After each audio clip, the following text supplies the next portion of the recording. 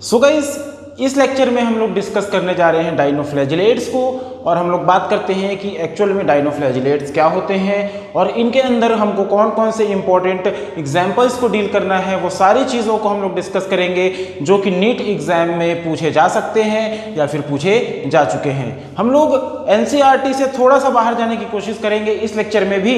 तो चलिएगा स्टार्ट करते हैं। डायनोफ्लैजिलेट्स जो होते हैं बेसिकली यहाँ पास ये डिवीजन जो होता है इनका पायरोफाइटा में पाए जाते हैं ये लोग, और इनकी क्लास होती है डायनोफाइसी।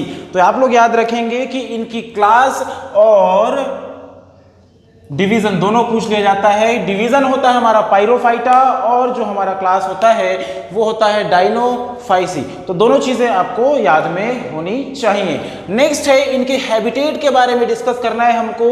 इनके हैबिटेट से रिलेटेड कुछ कंट्रोवर्सीज हैं जिस जैसे कि हमने डिस्कस कर लिया है प्रोटिस्टा किंगडम में इनिशियल लेवल पे। तो यहाँ पास हमको और देखना है कि इनकी जो हैबिटेट है एक्चुअल में मोस्टली ये लोग होते हैं मराइन और होते हैं फोटोसिंथेटिक। मतलब प्रोटिस्टा किंगडम के ये ऑर्गेनिजम्स क्या होंगे, स्पेशली फोटोसिंथेटिक होंगे। लेकिन मोस्टली बात हो रही है यहाँ पास, तो इसको भी आप लोग थोड़ा सा ध्यान में रखेंगे। जहां पास भी एनसीईआरटी में मोस्टली है ना अ फ्यू ऐसे टाइप के वर्ड्स यूज किए गए हैं, वहां उन पॉइंट्स को आपको बिल्कुल स्ट्रिक्टली थोड़ा सा ध्यान देते हुए, गोला करते हुए, अच्छे से अंडरलाइन करते हुए पढ़ना है। तो इन चीजों को याद रखेंगे आप लोग। यहाँ पास क्या है, mostly means not all dinoflagellates are photosynthetic. जो उनमें से कुछ और जो डायनोफ्लैजिलेट्स होंगे वो लोग फ्रेश वाटर में भी पाए जा सकते हैं। उनमें से कुछ जो है वो नॉन फोटोसिंथेटिक भी हो सकते हैं। अब यहाँ पर थर्ड लाइन में बोल रहा है कि boundaries are not well defined. जैसे कि हम लोग जानते हैं कि प्रोटिस्टा किंगडम के अंदर ऐसे टाइप के ऑर्गेनिजम्स भी हैं जिनके ऊपर कंट्रोवर्सी है कि ये लोग फोटोसिंथेटिक हैं और कुछ जो हैं वो नॉन फोटोसिंथेटिक हैं, और ये लोग एक प्रॉपर हैबिटेट में प्रेजेंट नहीं होते हैं। क्लियर है? कोई दूसरे हैबिटेट में है, कोई मराइन में है, तो कोई फ्रेश वाटर में है। क्लियर है? तो इनको देखते हुए यहाँ पास इनकी बाउंड्रीज को वेल डिफाइंड नहीं बोला जा रहा है। क्यों? क्योंकि यहाँ पास कुछ फोटोसिंथेटिक है और कुछ नॉन फोटोसिंथेटिक है। तो इस चीज को आप लोग याद रखेंगे कि कुछ फोटोसिंथेटिक और नॉन फोटोसिंथेटिक हैं ऑर्गेनिजम्स, इसलिए इनकी बाउंड्रीज को क्या बोल दिया जा रहा है, नॉट वेल डिफाइंड। क्लियर है गाइस? अब हम लोग नेक्स्ट पॉइंट पे जाते हैं। इनके कलर के बारे में बात कर रहे हैं। जब हम लोग डायनोफ्लैजिलेट्स के कलर के बारे में बात करते हैं तो हम लोग को यहाँ पर काफ़ी सारे पिगमेंट्स के बारे में हमको देखना होगा, लेकिन उन पिगमेंट्स के नाम नहीं पूछे जाते हैं ज़्यादातर। Basically chlorophyll A, chlorophyll C, है ना, ऐसे टाइप के मतलब जो हमारे पास पिगमेंट प्रेजेंट हो सकते हैं, ज़ैंथोफिल वगैरह प्रेजेंट हो सकते हैं, लेकिन उतने सारा डिटेल में हमको जाना नहीं है। एक्चुअल में इनके कलर को पूछा जा सकता है कि इनमें पिगमेंट के बेस पे कितने टाइप के कलर्स में ये डायनोफ्लैजिलेट्स एक्चुअल में पाए जा सकते हैं। तो they can be found in yellow colour, brown colour, blue colour, red colour और ग्रीन कलर।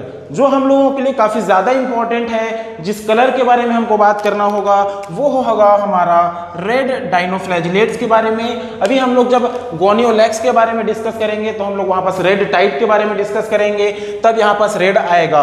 क्लियर है गाइस? और यहाँ पास हम लोग जब देखेंगे नॉक्टिलुका को तो वहाँ पास भी रेड की बात होगी, इसलिए काफ़ी ज़्यादा इंपॉर्टेंट है और ये एग्जाम्पल्स आप लोगों को बताए जाएंगे काफ़ी अच्छे तरीके से। तो चलिएगा देखते हैं कि इनकी जो स्ट्रक्चर होती है वो एक्चुअल में कैसी होती है डायनोफ्लैजिलेट्स की। यहाँ पास आप लोगों को एक डायग्राम शो किया गया है जो कि एक एक्चुअल में डायनोफ्लैजिलेट का ही क्या है, ये डायग्राम है। देखते हैं इनकी जो सेल वॉल होती है, cell wall has stiff. Stiff का मतलब समझिएगा, एनसीईआरटी का वर्ड है ये, स्टिफ लिखा हुआ है। स्टिफ का मतलब है काफी टफ, स्ट्रॉन्ग टाइप की मटेरियल। क्लियर है? Cellulosic plates on the outer surface. जो सेल वॉल होती है उसके आउटर सरफेस में स्टिफ सेल्यूलोज की बनी हुई प्लेट्स प्रेजेंट होती हैं। आप लोग यहां पास देखिए, जो ब्लैक कलर से आपको दिख रहा है round round, these are the cellulosic plate, cellulosic plates. ठीक है? तो ये है सेल्यूलोजिक प्लेट्स जो कि काफी ज्यादा स्ट्रांग होती हैं, काफी स्टिफ होती हैं नेचर में और इनको प्रोटेक्ट करके रखती हैं। तो इस चीज को आप लोग याद रखेंगे। क्लियर है गाइस? नेक्स्ट है टू फ्लैजिलास प्रेजेंट होते हैं। ऑब्वियस सी बात है, यहाँ पास अगर हम लोग बात करें डाइनोफ्लैजिलेट्स, तो नाम से ही समझ में आ रहा है कि two flagella, di means two and the flagella is obviously representing the flagellas. Two flagellas are present in the grooves. इनमें क्या होता है कि जो फ्लैजिलास होते हैं वो ग्रूव्स में प्रेजेंट होते हैं।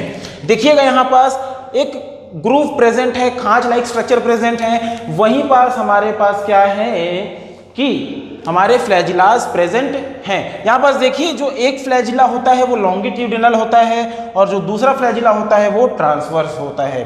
देखिएगा यहाँ पास एक जो फ्लैजिला दिख रही है आपको वो ऐसे लॉन्गिट्यूडिनल है और एक फ्लैजिला जो है वो ट्रांसवर्स है। इन दोनों के बीच में जो डिग्री बनेगा 90 डिग्री का क्या बनेगा, यहाँ पास एंगल बनेगा। तो इस चीज को आप लोग याद रखेंगे कि जो हमारे पास डाइनोफ्लैजिलेट बेसिकली हम लोग डिस्कस करेंगे वो क्या है, ट्रांसवर्स फ्लैजिला और लॉन्गिट्यूडिनल फ्लैजिला रखते हैं जिनके बीच में 90 डिग्री का एंगल बनता है। और ये लोग बेसिकली स्पेशली कहाँ होते हैं, ग्रूव्स में प्रेजेंट होते हैं। इनकी जो सेल वॉल होती है उस पे सेलुलोज की बनी हुई स्टिफ प्लेट्स पाई जाती हैं जिनकी वजह से इनको काफी ज्यादा स्ट्रॉन्गनेस प्रोवाइड हो जाता है। क्लियर है गाइस? तो इस चीज को आप लोग थोड़ा सा ध्यान में रखेंगे स्ट्रक्चर के लिए। अब देखते हैं कि इनमें जो ये क्या दिख रहे हैं आपको, फ्लैजिलास, दीज आर दी फ्लैजिलास। ये फ्लैजिलास जब क्या करते हैं, चाबुक की तरह मूव करते हैं। एक वाला ऐसे मूव किया, ठीक है, और जो नीचे में है वो ऐसे।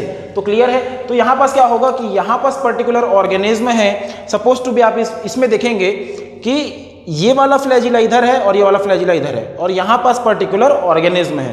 तो क्या होगा, ये फ्लैजिला जब ऐसे मूव करेगा और ये फ्लैजिला मूव करेगा तो इनकी जो मूवमेंट होगी वो होगी ऐसे लहराते हुए ये लोग मूव करेंगे और उनकी मूवमेंट होगी विल्डरिंग विप्स मूवमेंट। तो इस चीज को आप लोग याद रखेंगे कि ये लोग चाबुक की तरह मूवमेंट करेंगे। क्लियर है?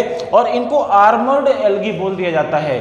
भैया ये क्वेश्चन में पूछा जा चुका है, ये दोनों पॉइंट्स काफी ज्यादा इंपॉर्टेंट हैं। इनकी मूवमेंट कैसे होती है और आर्मर्ड एल्गी क्यों कहते हैं। इनमें एक्चुअल में सेलुलोज की बनी हुई स्टिफ प्लेट्स पाई जाती हैं जिनके वजह से ये लोग क्या होती हैं, आप लोग जानते हैं जो ढाल होता है वो एक्चुअल में काफी ज्यादा स्ट्रॉन्ग होता है, जो जैसे कि मतलब सेना वगैरह में पहले राजा महाराजा के टाइम पे यूज किया जाता था।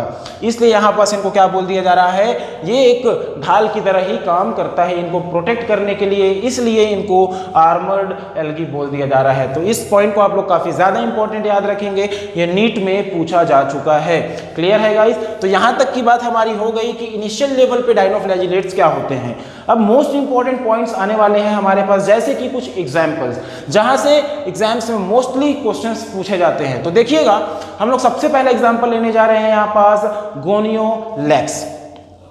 जो हमारे पास गोनियोलैक्स है वो एक्चुअल में समुद्र में क्या करता है, रेड टाइड फॉर्म करता है, रेड टाइड फॉर्म करता है और क्या करता है, ये टॉक्सिन्स रिलीज करता है। समझने का कोशिश कीजिएगा, मैं यहाँ पास डायग्राम ड्रॉ करके समझाने की कोशिश करता हूं। Suppose to be this is the sea surface. क्या है ये? Sea surface. ये सी सरफेस है और ये पूरी की पूरी क्या है, वाटर बॉडी है। पूरी की पूरी लोअर सरफेस वाली पूरी क्या है, वाटर बॉडी है। यहाँ पास क्या होता है कि जो गोनियोलैक्स होते हैं वो लोग काफी ज्यादा फास्ट रिप्लिकेट करते हैं, काफी ज्यादा फास्ट रिप्रोडक्शन करके क्या कर जाते हैं, ये लोग काफी ज्यादा नंबर अपना बढ़ा लेते हैं और सी सरफेस के ऊपर पूरे के पूरे क्या हो जाते हैं, जम जाते हैं, जैसे आपको दिख रहा है। क्लियर है गाइस? और ये लोग क्या करते हैं, टॉक्सिन्स रिलीज करते हैं, रिलीज टॉक्सिन्स। जब ये लोग टॉक्सिन्स रिलीज करते हैं तो क्या हो जाता है कि हमारे पास क्या हो जाएगा, ऑक्सीजन की कमी हो जाएगी। इसमें मतलब इसकी बीओडी, जो वाटर होगा इसका बीओडी बढ़ जाएगा और जो ऑर्गेनिजम्स होंगे उनके लिए वाटर भी क्या हो गया, काफी ज्यादा टॉक्सिक हो गया। प्लस यहाँ पास इन लोगों ने क्या कर लिया, घेर के रखा है तो फोटोसिंथेसिस वगैरह नहीं हो रहा है ना, तो यहाँ पास ऑक्सीजन वगैरह की भी कमी हो जाएगी। जब यहाँ पास ऑक्सीजन की कमी होगी कुछ ऑर्गेनिजम्स के लिए तो बीओडी क्या हो जाएगा, यहाँ पास बायोकेमिकल ऑक्सीजन डिमांड भी बढ़ जाएगा। मतलब ऑक्सीजन में क्या होगी, वाटर बॉडी में क्या हो गई, ऑक्सीजन की कमी हो गई। इसके वजह से क्या हो जाता है, जो वाटर बॉडी के अंदर ऑर्गेनिजम्स होते हैं उनकी हो जाती है डेथ। तो इस चीज़ को आप लोग याद रखेंगे।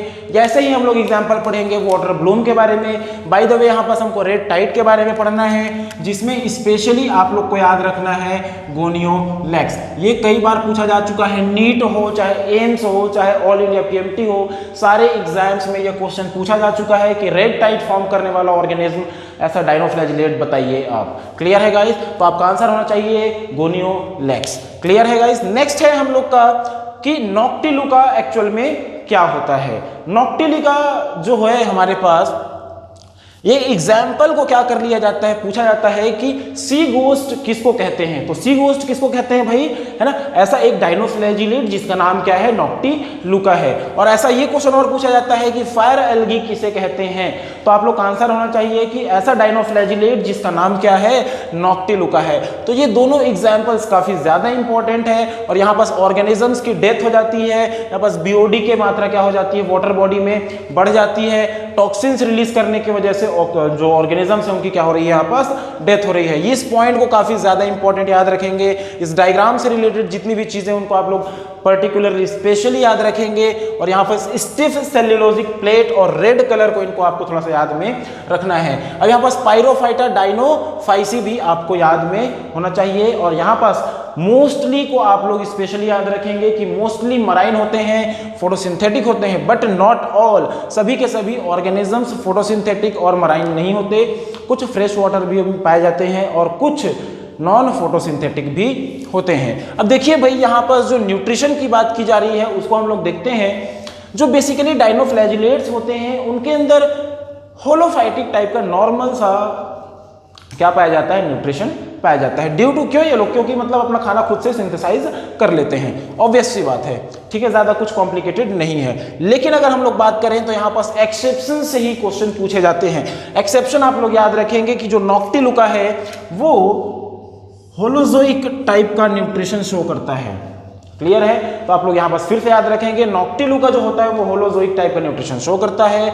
सिरेटियम जो होता है वो एक डायनोफ्लैजिलेट का टाइप है जो कि क्या करता है, मेक्सोट्रॉफिक न्यूट्रिशन शो करता है। तो इस चीज को भी आप लोग थोड़ा सा ध्यान में रखेंगे। अब यहाँ पास एक और क्वेश्चन पूछा जा सकता है कि भाई रिजर्व फूड एक्चुअल में क्या होता है डायनोफ्लैजिलेट्स में। खाना तो बन गया लेकिन इनको फूड स्टोर करना है। फूड स्टोर करने के लिए ये लोग करते हैं in the form of starch. तो ये भी क्वेश्चन पूछे जा चुका है। तो क्लियर है गाइस, इसको आप लोग थोड़ा सा ध्यान में रखेंगे। अब एक काफी ज्यादा यहाँ पर जितनी भी चीजें हमने डिस्कस की, जिसमें से गोनियोलैक्स, नॉक्टिलुका, है ना, and the ceratium and the starch, इनमें से सबसे ज्यादा इंपॉर्टेंट पॉइंट है हमारे पास जो लास्ट बचा हुआ है, बायोल्यूमिनेसेंस, जो है काफी ज्यादा इंपॉर्टेंट है। इस टर्म को उठा के पूछ लिया जाता है कि व्हाट आर दी बायोल्यूमिनेसेंस, है ना। तो आपको मालूम होना चाहिए कि लाइट रिलीजिंग करने वाले डायनोफ्लैजिलेट्स को ही हम लोग क्या बोल देते हैं, बायोल्यूमिनेसेंस डायनोफ्लैजिलेट्स कह देते हैं। तो स्पेशली आप लोग याद रखेंगे कि लाइट रिलीजिंग करने वाले जितने भी डायनोफ्लैजिलेट्स हैं उनको हम लोग बायोल्यूमिनेसेंस की कैटेगरी में पढ़ते हैं। तो ये हो गया हमारा डायनोफ्लैजिलेट के बारे में ओवरऑल डिस्कशन। इनके अंदर जो अगर हम लोग बात कर लें रिप्रोडक्शन की, तो इनके अंदर रिप्रोडक्शन जो होता है वो असेक्सुअल भी होता है और इनके अंदर सेक्सुअल रिप्रोडक्शन भी होता है। क्लियर है गाइस? यहाँ पास अगर असेक्सुअल रिप्रोडक्शन की बात करें तो बाइनरी फिजन वगैरह के थ्रू हो सकता है, लेकिन इनके अंदर जो सेक्सुअल रिप्रोडक्शन होता है वो दो तरीके से होता है, एक हैप्लॉन्टिक लाइफ साइकिल के हिसाब से और एक होता है डिप्लॉन्टिक लाइफ साइकिल के हिसाब से। तो इस चीज के बारे में हमको काफी ज्यादा डिटेल में नहीं पढ़ना है। आप लोग इतना ही याद रखेंगे कि असेक्सुअल बाइनरी फिजन के थ्रू नॉर्मली हो जाता है और sexual reproduction haplontic life cycle के थ्रू और डिप्लॉन्टिक लाइफ साइकिल के थ्रू हो जाता है। तो ये हो गई हमारी कंप्लीट बात डायनोफ्लैजिलेट्स के बारे में।